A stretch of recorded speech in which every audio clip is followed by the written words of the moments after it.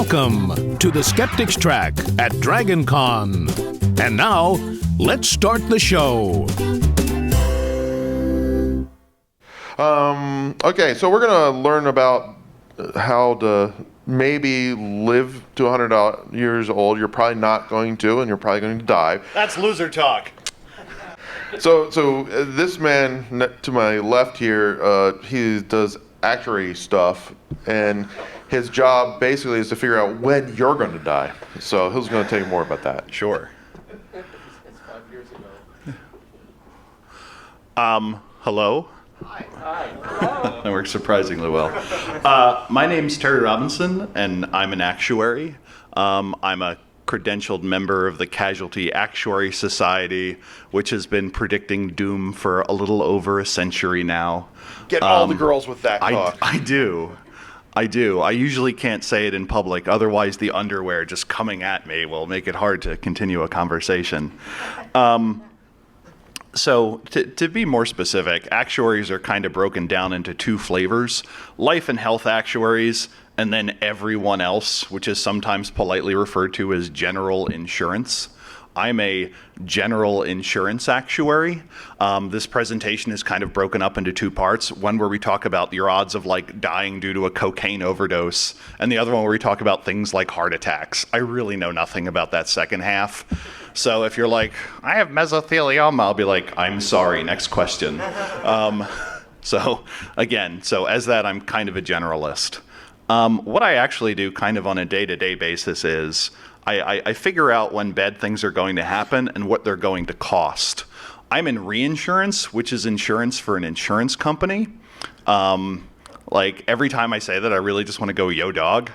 And I haven't had opportunity to yet because I work with actuaries, and they can't hear me over the sound of how much money they make.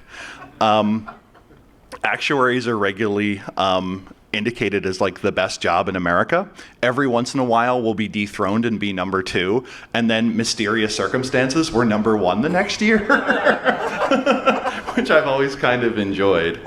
But I spend most of my time dealing with things like large fires, train derailments, a little bit of active shooter situations, but we get to see a lot of interesting claim descriptions, of which my favorite so far is still 2 small but well-meaning children burned down church.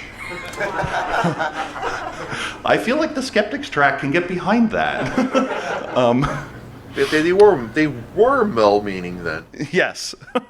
But I just like the fact that they included the but well-meaning part. Like that was part of the official report.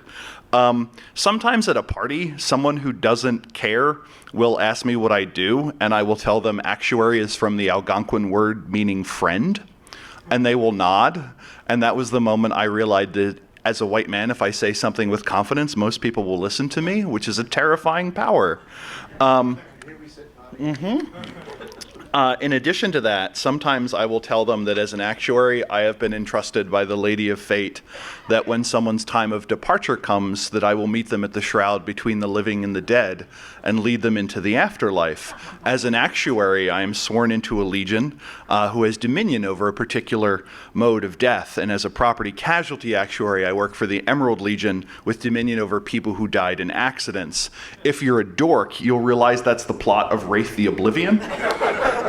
And my personal record for talking about this before someone said, that doesn't seem right, 22 minutes. So I went an entire episode of Seinfeld talking about the uprising of the Smiling Lord during the Great War, and this person just nodded. I hope that person was like, okay, I know what he's doing. Let's see who cracks first. Again, I'm a generalist. A lot of this research depends on the expertise of others. I will make mention to wonder.cdc.gov. For all the presentations I've done this weekend, it's involved the CDC, the U.S. Geological Survey, or some other government agency.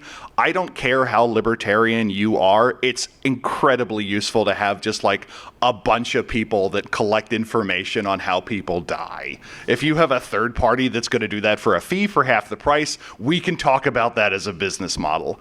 But if you have any specific questions, I'll be glad to give you my card if I can't answer it at the time and try and get back to you on it. Or if later you're like, hey, Terry, I saw this study. Can you help me figure out what's going on here? I'll be more than happy to shrug my shoulders along with you. Additionally, actuaries have a small exemption to the McCarran, the McCarran-Ferguson Antitrust Act. The Sherman Antitrust Act. Insurance companies are regulated at the state level, so anytime an actuary gives a presentation, we have to include an antitrust notice. I don't think that's really going to be a concern here, but this is a big thing for me because this is the first time I got to use this slide. So thank you, Skeptrack at DragonCon, for allowing that dream of mine to come through. That's why you wanted to do it. This is a big day for me. Like, peace out. Yeah, now antitrust and calculator owner. Ladies.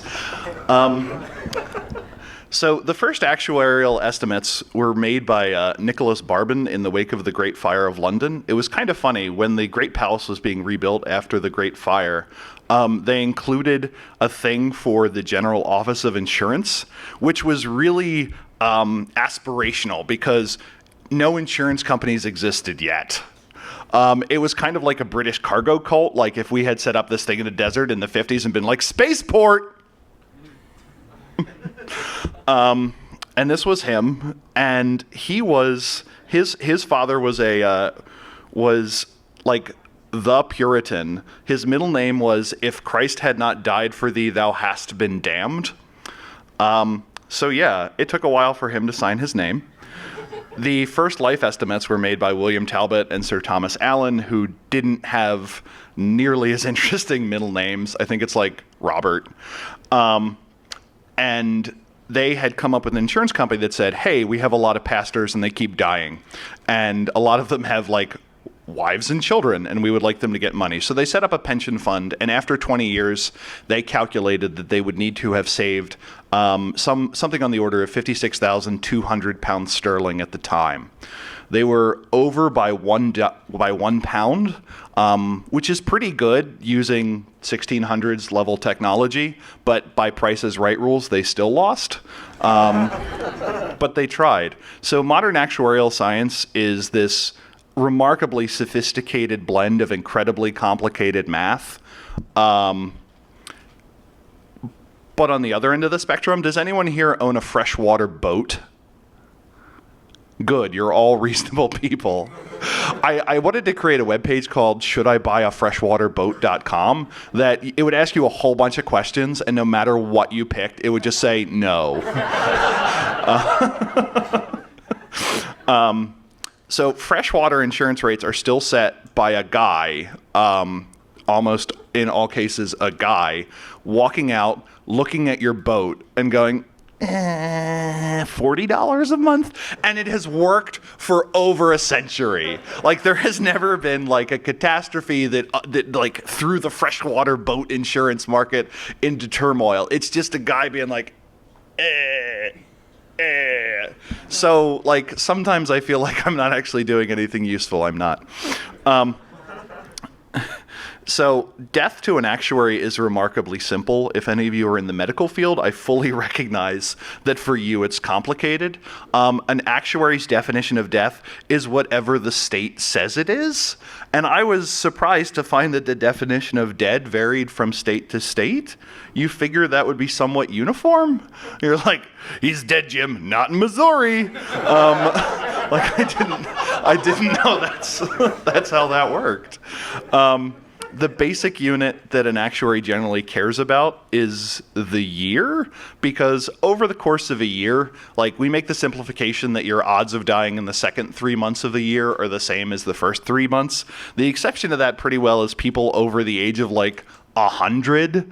And if you want to like stand there with your hands akimbo and be like, Mr. Robinson is the super centurion, I'm offended by your numerical simplification, I'll be like, shut up and go back to talking about how you shook the hand of like Warren G. Harding. So the first actuarial like concept we're going to kind of talk about is the idea of a mortality rate. This involves one of the trickier examples of actuarial math. It's called division. You take the number of people in a group who died due to some cause in a year and usually divide it by 1,000. So we're going to start out with an amazing example. It's also often presented as a percentage, but if you just see a report and it says mortality rate 3, that's probably 3 in 1,000. So I live in a business factory. If you think of the most generic office space humanly possible with like the word achieve stenciled on the wall and an attractive person of color in a business suit nodding at another person, that's where I work. We had this publication of like what it's like to work at my company, and every picture, I don't know how they picked it, like all the little insert pictures, there were people talking at tables near sunlit windows and such, but the object that was in sharpest focus in all of them were the pens on the table. And like, I don't know, is that a subliminal marketing thing or something? I'm not entirely sure. So this year I got 10 plants for my incredibly dull office, and people were like, oh my God, you got 10 plants. I got 2 orchids, a peace lily, 4 philodendra, 1 ivy, and 2, that is the technical way of pluralizing the word cactus. Most people don't know that. And in the first year, there were some deaths. This is why when people are like, oh, are you and your housemate going to get a dog? I'm like, I killed a cactus. I don't want a cat. Also, Matt would kill me. So there was a bit of a learning curve, and I lost a philodendra because I watered it too little, and I lost the ivy because I watered it too much, and the orchid just died. I asked an orchid expert about that, and I'm like, hey, why did my orchid die? And he said, because they die sometimes. I didn't realize that like all people who raise orchids that work in accounting are also like Buddhists. That's a degree of serenity I wish I were able to take to the rest of the world. So if we want to use this as an example, so 3 out of 10 plants died. So if you're a plant owned by me in my workplace, 30% mortality. Being a plant in my workplace is deadlier than being on the Eastern Front during World War II. So yeah. 2 died due to watering issues. So we could say that there was a 20% mortality rate due to water in all office plants. We could also say that the philodendra, or I guess philodendron, mortality rate was 25%. 1 philodendron died out of 4 philodendra, 25%. Are you following so far? Yeah. Good. I figure any math that can be done on like that giant Mr. Wizard calculator where it's like Mr. Math or whatever it was that came out in the 80s should be like roughly followable, or you can just lie. So I came up with a bunch of versions. This is my first time presenting at a convention of this type, or this is the first convention of this type at which I've presented. There we go. And I wasn't sure what track was going to take me. I originally posited it to the science track under some weird contrivance, and then I'm like, oh, by the way, I'm also proposing it to other, and never got a response. I didn't realize there was this like Sunni Shiite Biggie Tupac fatwa between the tracks. And like I had different versions of this presentation that I was going to use, and one was going to be like the apocalypse rising, like how to stay healthy for the apocalypse, and one for like the space track, it was going to be like survive your way to Mars. And like I got real desperate and was thinking about the paranormal track, and I'm like, how to make it to 100 and be spooky. I have no concept of what the paranormal track does. But whenever you see a mortality, and like the fact that they're like right below us, right? No, the Sheridan. Oh, they're at the Sheraton. Like, it's like, wasn't there a year where they were immediately next to each other? No? No, there wasn't. Darn. I was hoping at least for like the Far Side comic in my head that had happened. I think they've always been at the Sheridan. I think that was the first year we actually started to use the Sheridan. Okay. They started. So whenever you see a mortality rate, This happens a lot in the news. Try and see what population they're looking at, like white males, what the actual rate is, what the cause is, and the time period. The one that annoys me the most, like usually it's over a year, but sometimes they'll be like 74-year mortality rating for like sniffing asbestos. And you're like, is that really surprising? So sometimes you'll get a projection. I live in Philadelphia. We had represent heroin capital of America, home of Comcast. I know you all love us. Wall Women Bridge. Yeah, what was that? The Wall Women Bridge. Yeah. They don't still call it that? Wait, the Wall Women? The Wall Women, they pronounce it Wall Women. Oh, I wouldn't surprise me. Hey, I was under there 2 years. I probably got it wrong. That's fine. I mean, we say Wooder, and we say Center City instead of, like, downtown. And, like, whenever someone comes and they're like, hello, I wish to visit your downtown, I always assume it's, like, 3 children inside of a trench coat, because who says downtown Philly? Or alternatively, like, it's very obviously a Soviet spy. They're like, hello, American chum, I wish to visit your downtown, like normal tourist men, yeah? And you're like... And you're like, America is great, let's have Ziki. And it has the highest homicide rate of any city with more than 1 million people. Go Philly. And people are like, is Philly a violent place? And my response is, this is how we reacted to winning the Super Bowl. This is a planter. You're not showing the man Jack by being like, yeah, take that, conifers. We tore down street signs for no particular reason. We had to grease our light poles, and people were like, that's stupid. And my response is, it worked. Well, we threw batteries at Santa. That's been a while, though. I think my favorite example of peak Philadelphia is there was a neighborhood of Philadelphia in the 1800s known as Helltown. It's now known as Northern Liberties. And if I had bought a house there 5 years ago and then sold it 4 years ago, I would be giving this presentation from my yacht. And there was this Protestant Catholic riot. And the cops just kind of watched for a while. And eventually the mayor's like, you guys, you should really do something about this. So the cops saw the riot and just started beating up Catholics. Which, as a Catholic, I can't argue with them. So, in 2017, we had a murder scare, if that's a thing, and there were 2 people killed on New Year's. People don't normally get killed on New Year's. It's like this agreement we all have, like, don't shoot people until the 2nd. And there were 28 further homicides in January for a total of 30 in 2017. There were 18 in the prior year. And the papers, so that's a 66% rise for the month of January. But the papers reported it as an over 60% rise in homicide, and how there would be 450 people killed that year if this trend continued. But the trend didn't continue because you looked at 1 month. Like, these are the death totals for January for the previous 5 years. And also over this time, the population was increasing a lot, thanks millennials, of which I am one. How did was this the track that had the, like, getting inside the millennial mind? And was the slide just, like, waiting for baby boomers to die? like 50 minutes of just us going, like, come on, house prices.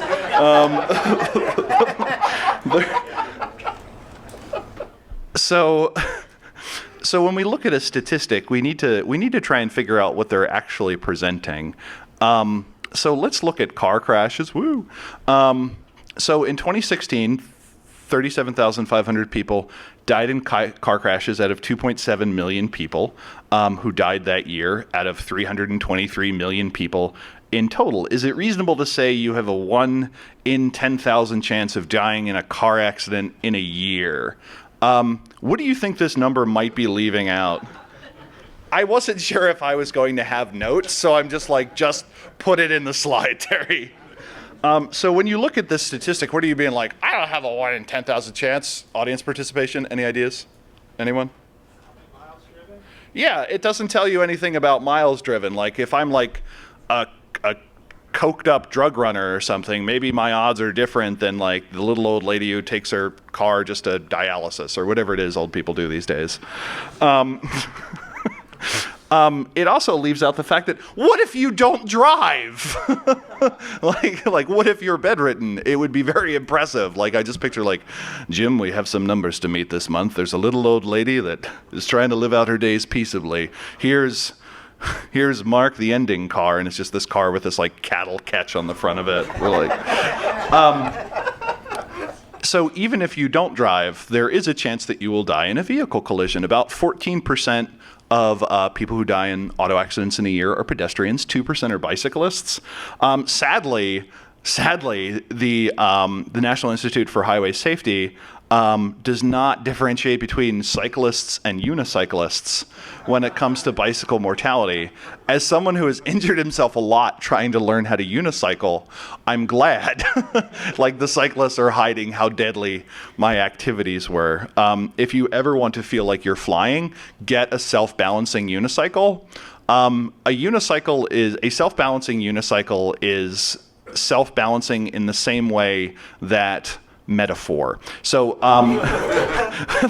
they're remarkably difficult to do.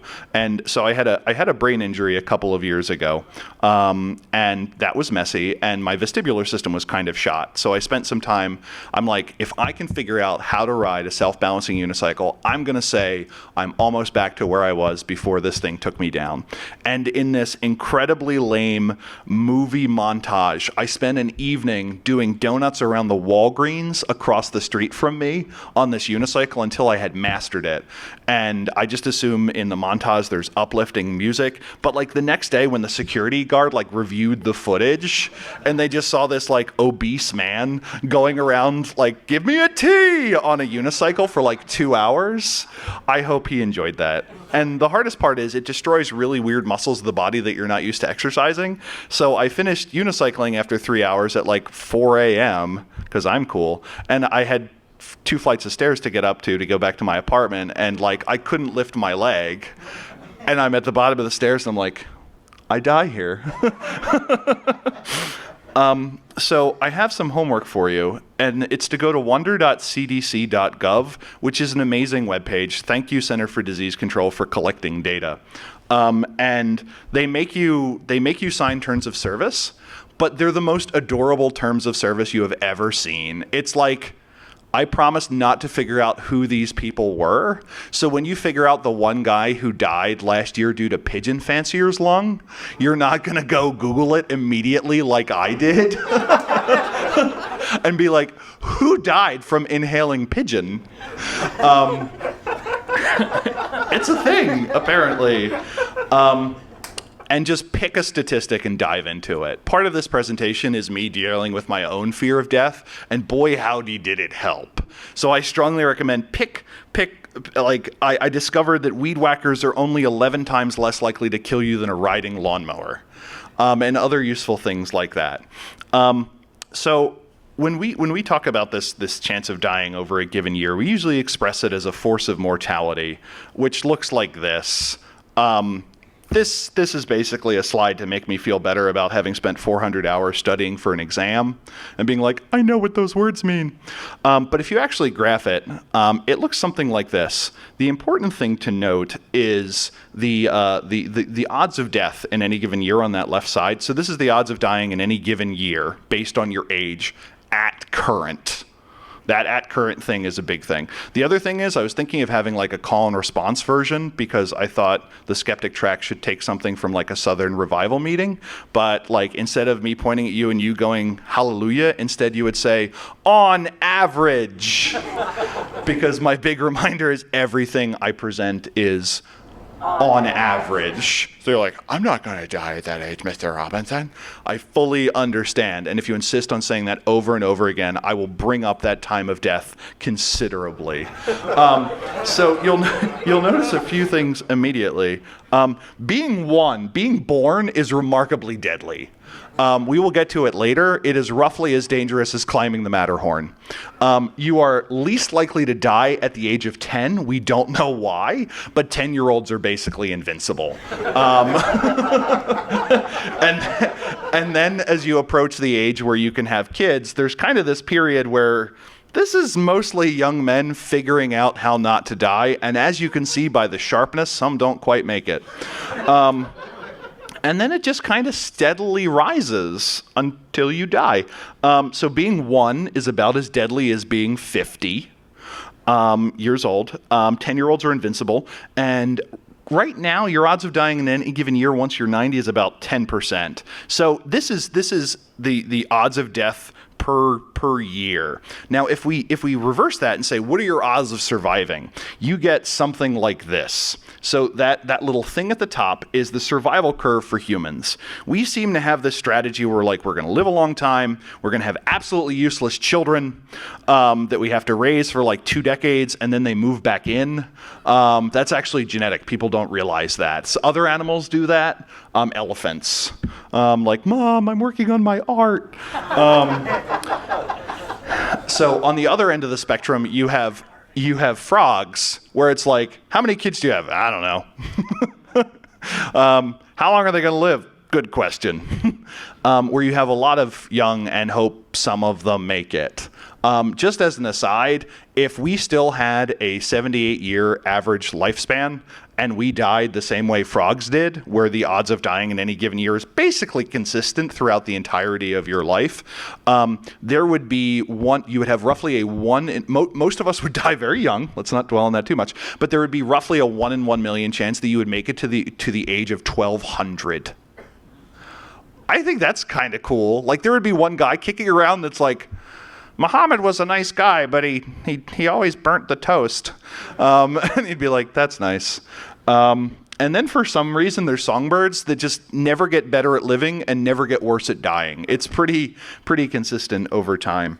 Then there's other, like, people are like, do all animals fit into this? No. Have you seen a tree? I know they're not animals. Or a better example would be a sea turtle, where it's like, I'm going to live forever and have 1 billion babies.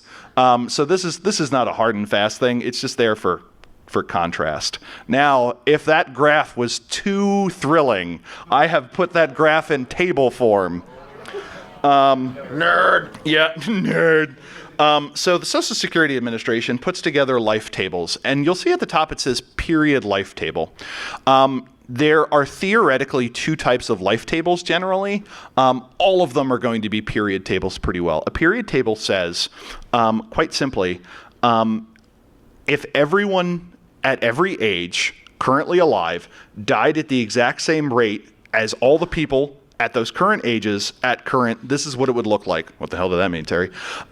If we ignore the effects of war, so if you look at a mortality curve for someone born in the year 1900, it's a little bit different compared to what the table would have predicted. Likewise, the generation that went to World War II, or if you looked at the mortality table of the generations that lived through like the Black Death, that's going to be a little bit different. So what you do is you kind of assume that you remove the effects of large external forces, and you say, if we took the year, in this case 2015, and took all of our current mortality, what we know about how people die at current, and we took 100,000 of them, on average, how many would make it to each day, to each year?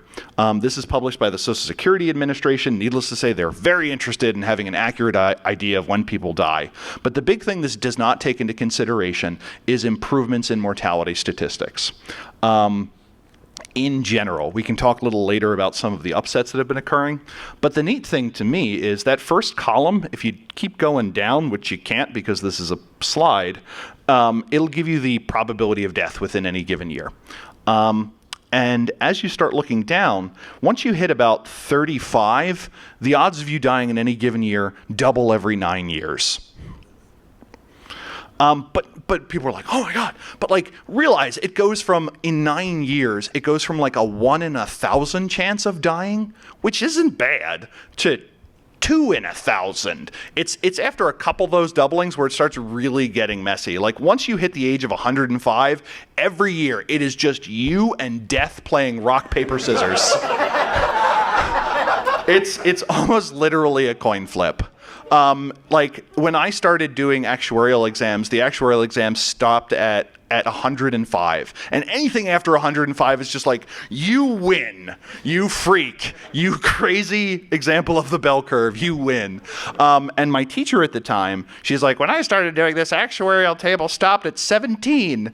And you're like, wow, that was rough. What was it like living through the Crimean War? She was very old. And is still around and yelling at children, which pleases me to no end. And she's like, you fancy kids with your calculators, I can do factorials of fractions in my head. 0.5 factorial, square root of pi. So that was fun. This goes in the, if you want to dick around with it later, do that. Again, Social Security Administration, just Google actuarial table and it'll pop up. You'll see two kinds. One will be, what is it going to be? You'll see one that says normal use, and you might see another one that says annuant, which is a special kind of table used to calculate the odds of surviving someone else, which if you really want to be menacing to your spouse, just like print that out and leave it on the table. So now that we get to talk about the fun stuff, we're going to talk about two types of risk as actuaries are concerned. Acute risk, it suddenly kills you, or chronic risk, it slowly kills you. Some things are both. Who enjoys alcohol? Yeah. Sometimes alcohol is like, I'm going to slowly boil your liver. And in other cases, alcohol is like, hey, I'm drunk enough to jump between these two buildings. There are things that I find adorable in the literature that are described as occasionally lethal. An example of this, pigeon fancier's lung, which if you go to the Wikipedia article, is described as occasionally lethal. Like if this kills you, you deserved it. Like stop trying to like smoke a pigeon. So we're going to start with acute risk because that's way more fun. And includes shark attacks, leaf blower attacks, car attacks, Mars attacks, a sudden attack of pigeon fancier's lung.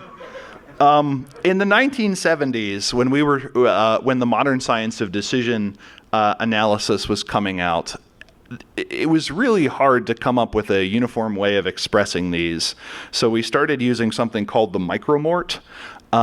Ideally, we would want a thing that expresses the odds of you dying given a certain activity performed. So when we look at these statistics, if we're looking at cars, we want to do it per mile driven. We want to look at something where if you double the amount of thing you do, you double the odds that you're going to die. Hopefully, oh man, I really hope this doubles my chance of mortality. So we use the micromort, which is something that has roughly a 1 in 1 million chance of happening. I don't have a good sense of a 1 in a million event. Donald Trump is our president. So as an example, 20 fair coins coming up heads is a 1 in 1 million chance. The lamest game of Russian roulette imaginably possible, just like you with a whole bunch of dimes. This is some more interesting ones that I was able to find. A devastating earthquake hitting Seattle in the next 5 hours, or a devastating earthquake hitting San Francisco in the next 50 minutes. And if you look at the total number of people being born, the rate at which we seem to go through presidents, you assume an average term of about 6 years. A 1 in 1 million chance that one of the next 24 babies being born becoming president, which I thought was kind of a fun but utterly useless one because that in no way provides context. So I'm going to stick with the 20 coins coming up heads. So what would correspond to 1 micromort? Who here lives in the United Kingdom or United States? Woo! In the U.S., you have basically a 1 in 1 million chance of being taken out each day by an accident of some sort besides violence. So it is the term injury is used, and that's one of those things where you're like, injury? Like if two people like take each other out in a gunfight, that's considered an injury. The other one that gets really messy is suicide, which in the U.S. we consider an injury because that's what takes you out. In the U.K., one micromort a day from all causes. So now that things got real heavy, real fast, let's look at some examples. So these are all things that have roughly a 1 in 1 million chance of killing you. Driving 240 miles in a car, 90 miles in a truck, and by truck I mean like large truck, not like F950 or whatever the cool kids are driving these days, or walking or cycling 24 miles. These all have roughly a 1 in 1 million chance of killing you. Obviously, there are going to be exceptions to this. Certain vehicles are going to be safer than one another, but we're doing this on average. It worked. So that's like, wow, 1 in 1 million. But like, think of how many miles you've driven. By definition, everyone here has survived every mile that they have driven. And again, the life expectancy in the United States is nearly 80. So like, we go through a lot of miles and nothing bad happens. This is mostly a commentary on how hard it is to assess that 1 in 1 million chance. Now, these are some of the, this is kind of the normal ways we usually get around. In addition to that, motorcycle, 4 miles per micromort. Trains, this one, I didn't realize how obscenely safe trains were. 6,600 miles per micromort. And a fair number of those are like people being hit by trains because they're like, I'm going to park my car on a train. Drunk people do it a lot. It's surprising. Or people being like, I'm literally going to play on the tracks. Commercial airlines, 7,500 miles per micromort, which isn't necessarily a useful thing. The odds of there being a plane crash of some sort is a factor of 60 higher during takeoff and landing. Like when you're in the sky, you're pretty well fine. So just to give an idea of how safe a plane is, in terms of distances, if you wanted to, on average, die to a plane crash, you would have to fly from the Earth to Pluto and back because you forgot your spaceplane keys, and then back to Pluto. But the odds are actually much higher because you would die because you're in space on a plane. So maybe that was a bad example. A better way of putting plane flight, in my opinion, is 50 flights per micromort. So you have to fly 50 times. So you have to fly, you have to fly 12 and a half times for the equivalent lethality of driving a motorcycle 1 mile. Like, yeah, they're great on gas though. Small planes are death traps. Who here took a Learjet here? Good. They are well over, what was it? It was like 7,000% deadlier, which sounds like something you'd get on a sticker on the outside of a box for like a knife or something. Like 7,000% deadlier than the next leading brand. Assassins recommended, 4 out of 5. The 5th one's Jim, and he just used rocks. 97% of all fatalities involving planes are due to small aircraft. That's 12 micromorts, 12 miles per micromort, or a micromort every 5 minutes. That is roughly 10 times deadlier than serving in Afghanistan during the height of the surge. Yeah. So whenever like a 1%er takes a jet, I'm like, yeah, you do that. So those are the fun things. The next one we're going to talk about are jobs. 4,800 people were killed in 2016 in the workplace. Most of these are slip and fall. And I'm like, oh, wow, people must like fall over and then they break a hip or something bad happens. I forgot that this includes like construction workers that fall from high rises. I'm like, oh, that is a slip and fall a lot, though. So that comes out to 32 micromorts a year. That comes out to roughly 1/10 of a micromort per working day. There is a wild sex imbalance here, that it is 6 for women and 55 for men. Maybe I should stop playing spin the tail on the dagger with my coworkers, and that's what's causing this. Most of these are actually vehicle accidents, so people who are professional drivers. If you exclude that, it drops to about 22 micromorts a year. So what do you think the deadliest jobs are? Now, mind you, these are based on government statistics, so it's not going to include things like assassin. Any guess? Construction worker. Commercial fishing, construction worker. Farmer. Did you say barber? Farmers. Oh, farmer. I'm like, I watched Luke Cage. It is not a safe profession, but I think that's overstated. What was that? Pigeon handler. Pigeon handler. So let's see how your guesses compared. The deadliest by far, logging. That's 5.5 a day. So it's weird to think that if I were to go to work via motorcycle, that would be as deadly as being a logger. Number 2 is fishing, flight crew. Now, I did some investigation on this one. This appears to be air crew. And the reason is, 1, there's not a huge number of air professionals. And 2, usually when that little turbulence sign comes on, they're not buckled in. And a remarkable number of people eventually experience terminal injuries due to that. This doesn't appear to include ground crew. So the actual number 1 cause here is exhaustion.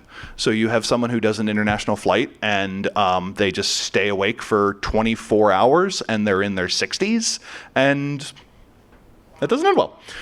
Number 4, roofing. Number 5, garbage man. The one I found interesting was police officers, 14th. So line of fire. 1/10 as deadly as logging. So the next one I have are extreme sports. I don't know if that's legible, like if that text isn't large enough, but I think my favorite here is just kind of a note. Most of the people that die doing extreme sports are people who are pushing the edge of some sort. Like my favorite one is skydiving at 8 micromorts. It's 2 if you're strapped to a dude. So like when you do that first tandem jump and they're like, I'm like baby's first skydiving, like those are remarkably safe. Who knew literally being strapped to a professional would reduce your chances of mortality? Likewise with scuba diving. I enjoy scuba diving. I originally had a joke there, but I only got 5.5 hours of sleep, and I don't remember what it is. So if it is one of your first dives and you're not in an overhead environment, it's about 2. If you're doing something like cave diving or something like that, it can jump considerably. Running a marathon, 7 micromorts. Climbing the Matterhorn, 2,840. Climbing Everest, 38,000 nearly. Hang gliding, 8. So I really wanted to go hang gliding, and I called up a place and it was billed as, we will help anyone hang glide. And I'm like, I'm anyone. So I called them and I'm like, hi, I'm fat. Can I hang glide? And they said, yeah, how fat are you? I said 350 pounds. They're like, that's too fat. And I'm like, hey, buddy. And I'm like, well, what's the maximum weight? They're like 250. And what about on the other end? What if I'm like, you have tandem ones, don't you? They're like, yeah, for training purposes. What's the maximum weight on that? And they said 400. I'm like, don't you have like, I don't know, a preternaturally intelligent child that I could go with, or maybe like a talking badger, or a dwarf or something that I could go hang gliding with? And they're like, no, sir, I'm sorry, we can't do that. Not like they couldn't literally do that, but like we have that facility, but we're not going to give it to you. And then the man very excitedly called me back the next day, and he's like, Mr. Robinson, we have the thing for you. I'm like, what's that? We have a new water jetpack. It's a reaction jetpack where it just shoots water down, and second law of Newtonian thermochemistry Fight Club, you go up. And I'm like, what's the maximum weight? He's like, 360 pounds. And I'm like, oh, I better skip breakfast that morning. So I could live my dream of being 2 to 3 feet off the ground. So I have a friend of mine who's also interested in it, and he weighs 120 pounds because he's better than me. And and I just picture me doing it, and like my feet are still touching the ground. I'm like, wee, the joy of flight. And he's just whipping around like a balloon that's been popped if they failed to recalibrate it. These things are only $5,000. So when I pass my last actuarial exam, if you see someone like newspaper headlines of obese actuary killed in Delaware River using water jetpack, it's me. There, used up his micromorts. And now on to the most extreme sport, being born. On the day of your birth, it's roughly 2,750 micromorts. Someone in the U.S. So how do we get to this number? Someone in the U.S. is born roughly every 8 seconds. Someone dies every 11 seconds. Someone immigrates to the United States, at least in 2016, every 33 seconds. So every 17 seconds, there's one more American, which I thought was just a cool statistic and doesn't really pertain to anything. Again, 4 million babies born. So the thing that annoyed me about this presentation was I frequently had to calculate the number of minutes in a year, and every time I did, 525,600, just ran through my head. I'm like, damn you, Tay Diggs. So you divide, and you get 2,750 micromorts on average. So depending on who you ask, this number will very much change, depending on what you include as dead. So if you're curious about the exceptions to that, we can go over that. It's kind of gauche to talk about dead babies in a PowerPoint. So continuing on. Being born is as dangerous as climbing the Matterhorn. Please do not let babies climb the Matterhorn. They already have enough of an uphill climb to do. And now my favorite slide, drug use. So 2 years ago, Matt, raise your hand. Matt and I did LSD in a forest in New York, and it was amazing. This is not an endorsement. It was great. And I tried to find the number of people who died directly due to LSD. And even on the CDC webpage, it's yeah, I heard my cousin knows a guy. And so I was not able to find good statistics for LSD. Weed is also a questionable statistic because of how you include it. In the US, if you're high on cocaine and run into a tree, it's the cocaine's fault. But if you're high on cocaine in the United Kingdom and run into a tree, it's the tree's fault. So some of these statistics are really kind of an apples and oranges thing. MDMA, I don't know why the authors of this one paper were really banging on about how safe or deadly MDMA could be. They're 5 short tons of MDMA is consumed in the United Kingdom every year. We counted. I'm okay, that's a lot of raves that you went to. And on the less fun side, prescriptions are another one where it's very hard to figure out what the mortality is. It gets very messy. People who are specifically taking the wrong dose to get some sort of non-therapeutic effect, we'll call it politely.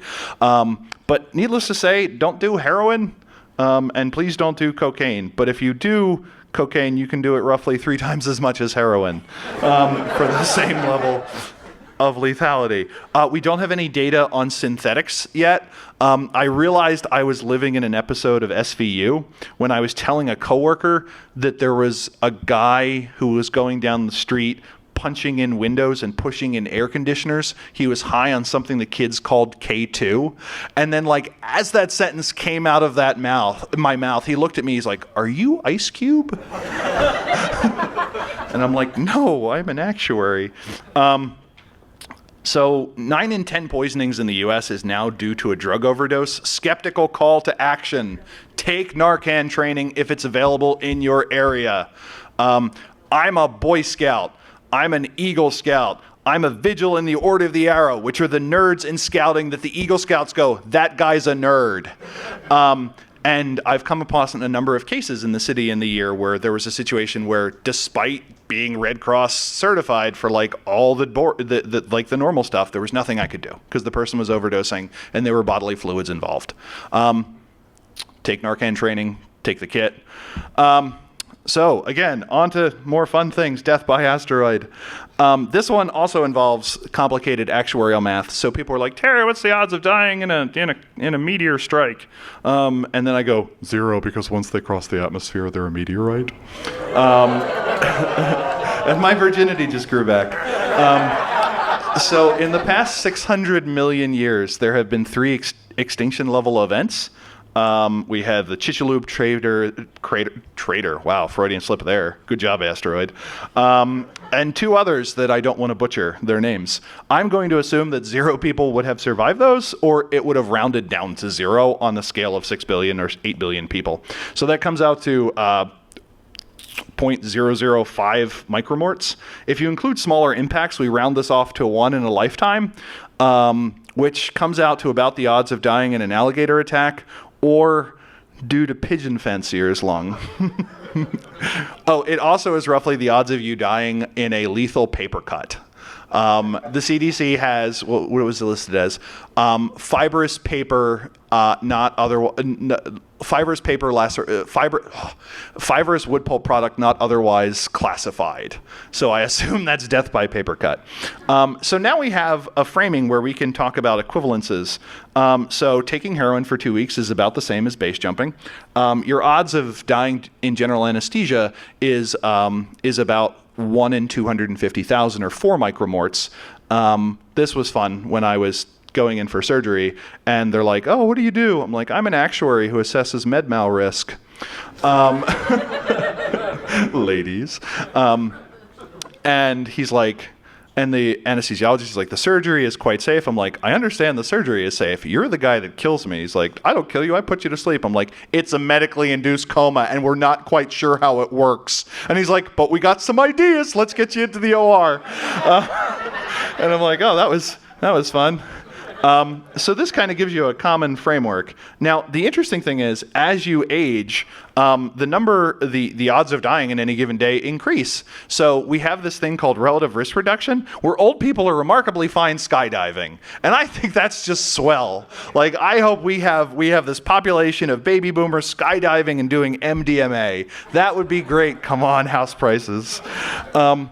The other thing that micromorts allow us to do is compare relative versus absolute risk. Absolute risk is the odds of an event happening, and relative risk is the odds of an event happening given some treatment in the statistical sense. The treatment might be, they took this ointment. The treatment might be, this guy smoked. So whatever makes one group different from another, this person was born male, versus the odds of the event happening without the treatment. So an illustrative example, this pops up a lot in medical studies, and it annoys the bejesus out of me when people are like, being born with a prostate increases your odds of prostate cancer by 12 billion%. And you're like, that told me nothing. So the NIST reported that your odds of dying in a car accident if you don't wear your seatbelt is 500% higher. That, is true. But what does it mean? I feel it way more useful to say it goes from 2 in 1,000 to 10 in 1,000. So I like indicating both absolute risks because sometimes the risk isn't big enough to care about in the first place. So micromorts are an absolute risk measure. Now we're going to talk about the second fun part, which is chronic risks.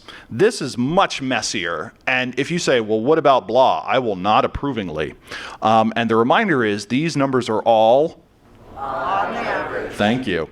We assume that in chronic risks that things are proportional or linear, that if you smoke 10 cigarettes a day, that is half as deadly as 20 a day. So for an example, I weigh 350 pounds. Each 11 pounds over the target weight, the American Heart Association says, shaves about 0.8 years off of my life. So that comes out for me to 12.4 years because I'm fat. And I'm trying to lose weight, needless to say. So we assume that these things are proportional. And if we look at that life table that we saw before, sometime in your 20s, you have about 57 years left, which comes out to about 1 million half hours. So if you're an adult and you're in this panel, you have blown 1/500,000th of your remaining life on me. So thank you, and I'm sorry. So we're going to call anything that shortens or lengthens your life by 30 minutes to be a micro life. So there's a couple of ways that people talk about this. People can say that it's the clock of your life running down slower, or something like that. Add and subtract 30 minutes is fine. It's one of those things where, like, adding a percent and subtracting a percent aren't going to be the exact same number. If you're at 80, a 25% increase gets you to 100. A 25% decrease does not get you back down to 80. So we just need to remember that. But considering we're talking about 1 million and we're adding 1 to it or subtracting 1, I'm going to call it about the same. So most micro-life adjustments are going to be due to quality of life things. if you lose or gain a microlife a day, that's going to come out to about 0.8 years of life expectancy over the course of your life. So here's an example. One of the common calibrations is smoking. Lifelong smokers on average in the US live about 10 years fewer, depending on what you smoke. This assumes filtered cigarettes. And the cohort study was something ginormous. It was in the tens of millions. Thanks, 50s. So the average smoker consumed, technically this is median, that's an error I made, 372,000 cigarettes in a lifetime, 10 years, that's 5.25 million minutes, 520, anyway. So that comes out to about 14 minutes a cigarette. So 2 cigarettes, 28 minutes, is basically a micro-life. So each 2 cigarettes shaves a millionth of your remaining life off. Now you could be like, Terry, how did you calibrate this? Well, the way the study was done, they also looked at studies of people who stopped smoking. And then compared their future life expectancy. And lo and behold, stopping smoking, you get that time back for the cigarettes you didn't smoke. Or more accurately, the effect seems to stop. Now, mind you, with almost all of these, for things like drug use, they tend to be less impactful early on and more impactful later on, slightly. Again, we're talking about this. Thank you. Like, as I go on, it gets a little less exciting each time, which it should on average. So here's some lifestyle ones. The first 20 minutes of exercise you do in a day gives you an hour. That's pretty amazing. That's like 40 free minutes. If you do an additional 40 minutes of exercise, that's only 1 microlife, and then it falls off rapidly after that until you start approaching the marathoner level where it starts killing you. So moderation. Each extra 11 pounds of weight you have over what the American Heart Association recommends is it shaves off 1 microlife a day. A day. Yeah, I'm really trying to lose weight. 3 ounces of red meat in a day, so an extra hamburger, because we all consume slightly under a 1/5 pounder, is -1. 5 fruits and veggies, though, +4. Whee! And 10 to 15 ounces of coffee. So the original research said 2 to 3 cups. And I asked a bunch of people, I'm like, what's a cup of coffee? And I got answers that ranged from 8 ounces, because that's a cup, to 24 ounces. So that's like, I like the idea of someone being like 72 ounces of coffee is normal in a day. I'm like, no, that's called tachycardia. So 10 to 15 ounces of coffee seems to have a slight increase. So these are all lifestyle changes that we can make if we're really concerned. And the point is, you choose. You will figure out the things that make you happy. What is it? No lifespan is long enough to justify spending your dotage eating Weetabix, I think was the phrase I found, which is like shredded wheat but boring. Shredded wheat for people who think shredded wheat is too interesting. So here's some other things that change things. And that first one is bullshit. So the clock, as a man, I go through 26 hours in a day where a woman would go through 24. Russia versus Sweden, this one is obscene if you look at the sex breakdown of it.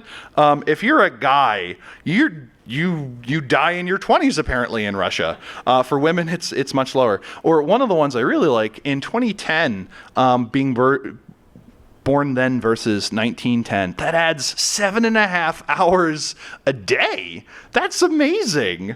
Also, being rich helps. So I promised you an actuarial party trick, and I will tell it to you. And this is how to estimate how someone is going to die. Just say 84. Everyone's really okay with being like, you're going to live to be 84? Oh, okay, that's good. If it's a couple, subtract 2 for the guy. If they have a dog, maybe you want to add 1, who knows. If they're already in their upper 70s, just add 7. It's, again, this is not a precise thing. But if they're older than 90, just change the topic. And if they're in their hundreds, just be like, I think someone's being a little greedy. So if you actually want to do the calculation in the US, roughly start with 82 and then subtract 0.8 years for each daily microlife.